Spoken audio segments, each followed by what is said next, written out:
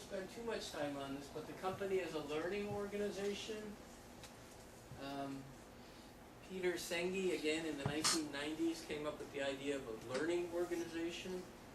And briefly, okay, this is what I said before. If you are organization A, and you are in an environment, let's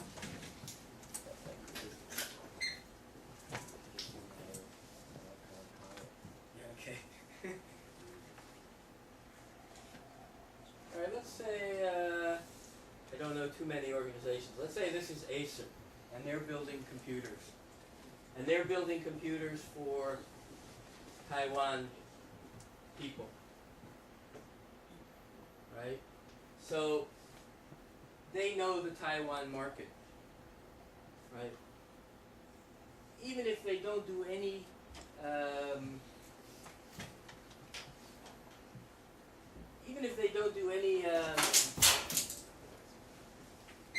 thank you. Sorry, I'm being a lot of trouble. Even if they don't do any consumer research, let's say Acer doesn't do consumer research, but because the Acer people all live in Taiwan, they go home and they talk to their families, so they get some information about what kind of computers people want in Taiwan. So they build computers for people in Taiwan, no problem. They're a Taiwan company in Taiwan. But what if they want to sell their computers to the USA? And they're only building computers for people in Taiwan, they're only exporting those to the US. Not going to work, right? They need to get information back from their markets. If they don't get information back from these markets, they're not going to be successful. They're going to go out of business. Okay?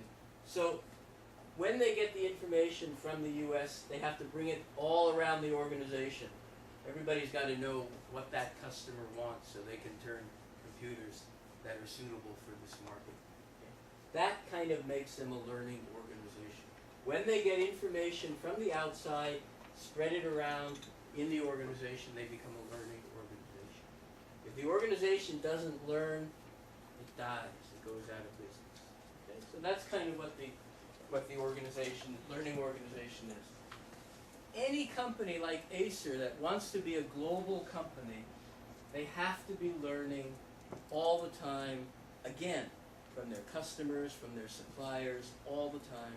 They have to bring that learning back into the organization.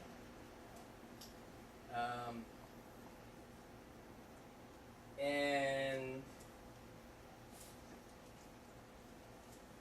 again, from an IS point of view, since this is an IS class, what kinds of information systems maybe do you need to get that kind of thing happening?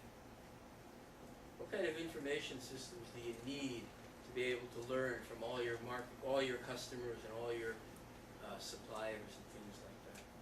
And how do you get that information once it comes into your organization in Taiwan, in Acer headquarters? How do you get it all through the Acer organization?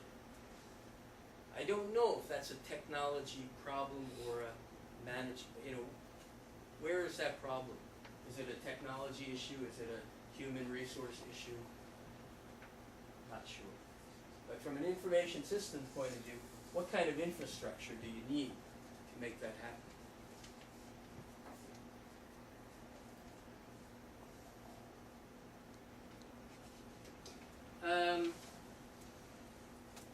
Maybe. I had some other slides that I had put in here at this point. Actually, what's happening with Windows is kind of interesting. Microsoft Windows. Okay, I'll talk about that. Windows has been the dominant operating system for a long, long time. Where was Windows developed? Huh? Seattle. Yeah. It was developed in Seattle, Redmond, and Washington. Probably in the beginning, well, by Gates maybe, and whoever else he worked with. It was technology created by a certain group of people, highly, maybe educated American from a certain area, and they created a system, a file system. Right? They created this system of files. I can go into other things. That's the way they thought. Where did they get that from? They got that from the office filing cabinet. That was very popular in American offices, right? We can open the filing cabinet, we can put a file in, close the cabinet. So they developed that from their very own little cultural ideas. And then they spread it out around the world. It's quite amazing, right? It's the technology, a lot of this computer technology is developed in Silicon Valley. Very specific kind of culture. Different now, because there are people from India and China and Taiwan and everything. But in the beginning, it was quite a white American type of culture, making all this technology and then distributing it around the world. There's no real reason why people in Taiwan or India should be using file cabinets as their metaphor for computer storage and retrieval and all that information storage and retrieval. It just happened that way. I always thought that maybe a better metaphor, maybe in India. I don't know what it would be in China, but why not have a tree? I'm a terrible drawer. With roots, you know. And why not hang your information on the tree? And why not the really important information be down in the roots? I don't know. It's just the fact that we have Windows at Microsoft is just the reason it happened. May not be a good reason why everybody's using it. I don't know. But here's an idea. If you're the CIO of Acer or a big company, and you are opening offices and you are creating global information systems, what is your perspective? Are you a Taiwanese creating global information systems for the rest of the world that they have to use, or are you creating a information system that everybody in the world can use because it makes sense to everybody? Does that make sense? I'm not explaining it very well.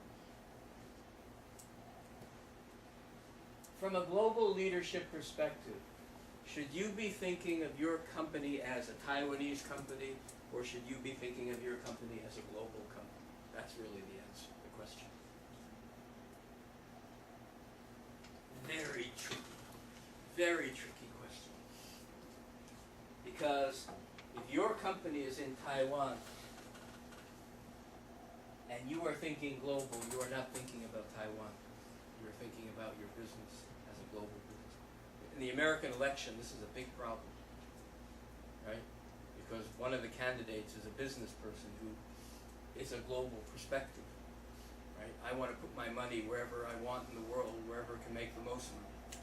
But somebody looking at that guy as president of the United States says he's not really into the United States, he's only thinking about himself or his company. Big problem.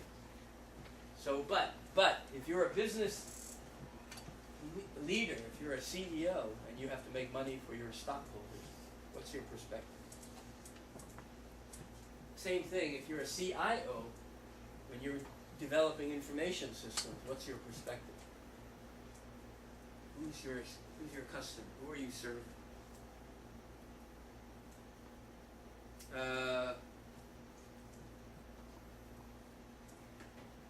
Well, this is a lot of stuff.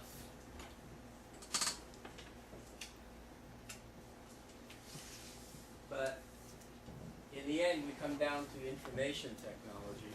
What kind of information technology is being developed that will factor in the global relationships that are being developed by your organization?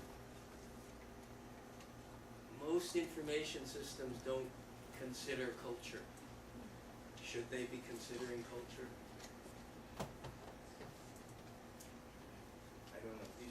kind of complicated questions.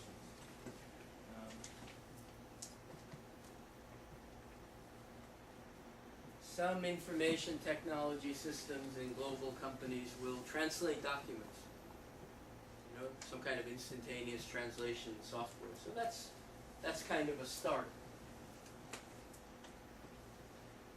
But the assumptions, it's a little bit too complicated. Same thing.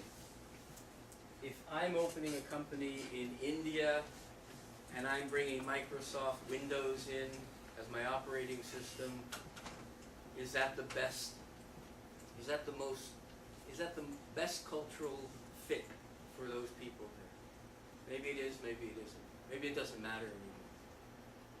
But it's something that maybe CIOs need to be thinking about when they do rollouts of global technology. I'm not sure. It's kind of, we could spend a lot of time talking about it. All right, management option in terms of cross-cultural management, stepping away from IT. Do you subscribe to culture shock and create problems for yourself? Or do you embrace culture as a resource that helps you to operate better in the global market, that helps you to become a more efficient or more effective global organization? Okay? Again, culture as a problem, culture as a resource, a knowledge resource. Those are your two management options. And I did have other slides in here with questions, but never mind. Okay, the challenges. How do leaders, managers, IT managers, CIOs, employees develop new ways to understand, manage, and downplay cultural differences while creating and working with new kinds of cross-cultural interactions, such as all these things? And technology is underlining a lot of these things. Okay?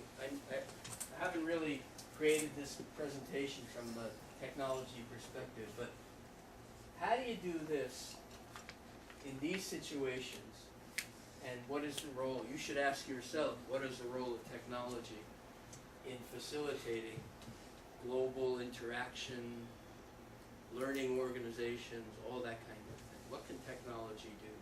What can IT do? Again, I had a bunch of questions, but they're not here. How can IS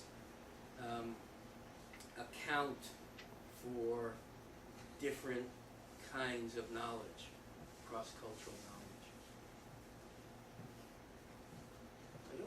I don't think many people are doing research in this area. Not really. You know, we think of technology as being very instrumental, just performing a task, just storing data, storing information so that the next person can use it. But is the information that's being stored appropriate to all the cultures? Is the retrieval system appropriate to all the cultures? I don't know. These are just questions. You guys figure it out. You're the students. I'll just step back and do something a little bit different. Okay, just a little bit. This comes from the work of one of my PhD students. Most of what we know, I'm going to give you a new way of thinking about things, and then we'll be finished. Most of what we know, data, information, prior knowledge, and experience are all past-oriented. They're all from the past. What we know because it happened. What we experience, we know because it happened already. Any information in print already is recording something from the past. Clear? Okay.